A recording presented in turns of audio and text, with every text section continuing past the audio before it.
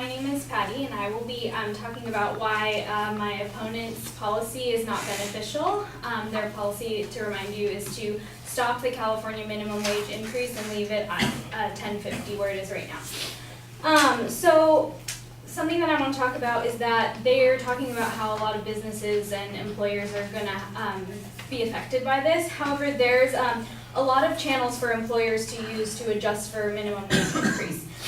But first, let me back up, sorry. I just want to remind you guys that there's been a lot of studies done on how raising the minimum wage actually has little or no effect on employment rates. In a study done by the Center of Economic and Policy Research, they compared the minimum wage increase two recent meta-studies analyzing the research conducted since the early 1990s concludes that minimum wage has little or no discernible effect on the employment prospects of low-wage workers. This study, they monitored how when minimum wage went up and monitored the rates of employment in those areas.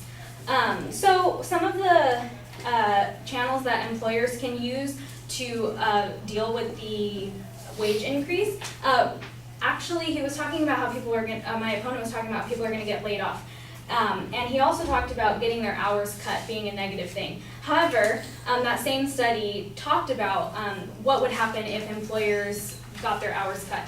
So if firms were to adjust entirely by cutting hours, that is, they use no other adjustment channel, a minimum wage increase could still raise the living standard of minimum wage workers, even in a competitive model of the labor market. Imagine, for example, that the minimum wage increased wages by 20% and lowered the number of hours worked by 10%.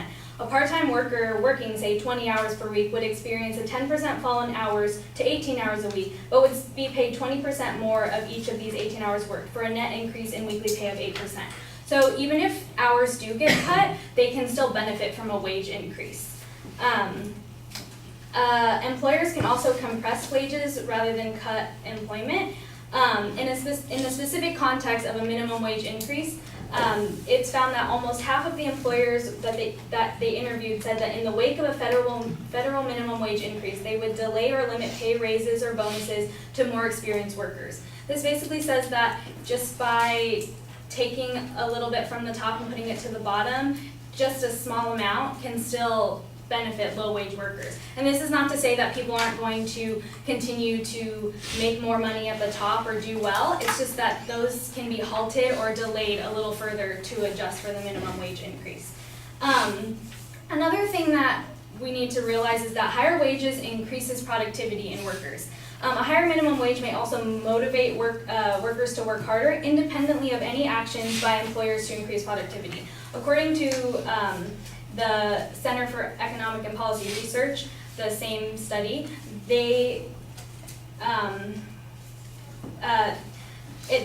workers will work harder when they know that they're getting paid more. And that is another way for them to secure their jobs. If you're being paid more and you're worried about losing your job, you work harder. But that doesn't mean that the wage shouldn't be high enough. And then some disadvantages of my opponent's plan is that it really will have a strong negative effect on workers. They talked about how the cost of living in California is incredibly high. It is, and we're talking about the California minimum wage, not the federal minimum wage, which I know it's good to compare that, but it is important to realize that we do need to raise the state minimum wage to account for the fact that this state is one of the most expensive states to live in.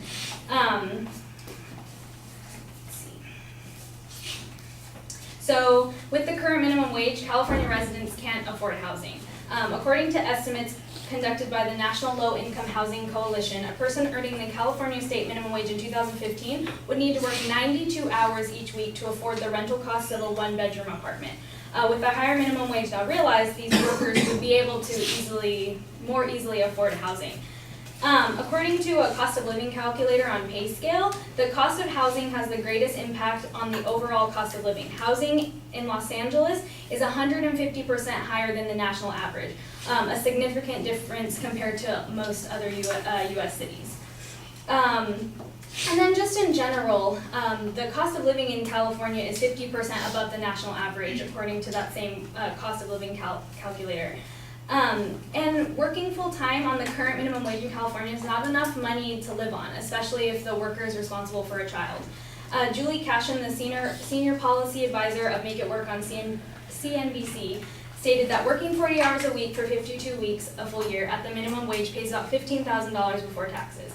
For the millions of Americans without paid sick days, taking even 4 unpaid days during the year to recover from illness or go to the doctor would lower that to $14,848, assuming they don't get fired.